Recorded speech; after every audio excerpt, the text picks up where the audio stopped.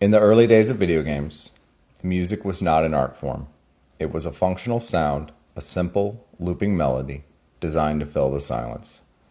But in 1986, a composer with no formal training and a deep love for rock and classical music would take a job that would change everything. His name was Nobuo Uematsu. He is the most prominent and celebrated composer of the Final Fantasy series. A self-taught musician who started playing piano at the age of 12, Uematsu's influences were as diverse as they were unexpected. He was inspired by Elton John's songwriting, the intricate arrangements of Simon and Garfunkel, and the emotional power of film scores. He wasn't trained in the rigid rules of classical composition. His education was in the melodies that spoke to his soul. Uematsu didn't just write music for games. He wrote symphonies for pixels.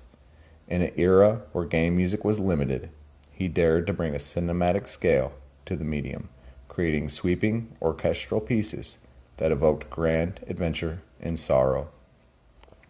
He was the first to use music not just as a backdrop, but as a central character in the stories. His music became the emotional anchor for players, telling a story in a way that graphics and text could not.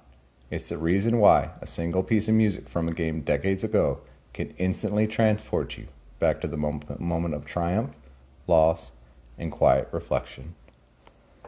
Uematsu didn't just write a few iconic melodies. He fundamentally changed what video game music could be. He proved that a composer could tell a story, evoke deep emotion, and create truly cinematic experiences, all within the technical limits of a console. His influence can be heard in the works of countless composers who followed, from independent creators to major studios. He was a pioneer who elevated the medium, and his work is now celebrated in a way that was once unthinkable. Uematsu's legacy is not confined to a console. It lives on in the hearts of millions of players who are moved by his music.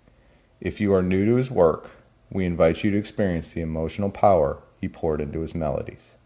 For a perfect starting point, listen to the beautiful, march-like qualities of Terra's melody from Final Fantasy VI. For the more epic scale and raw power of his rock-inspired work, experience the sheer spectacle of One-Winged Angel from Final Fantasy VII. And to understand the heart of his timeless genius, simply listen to the prelude, the iconic theme that has opened every Final Fantasy game since the very beginning.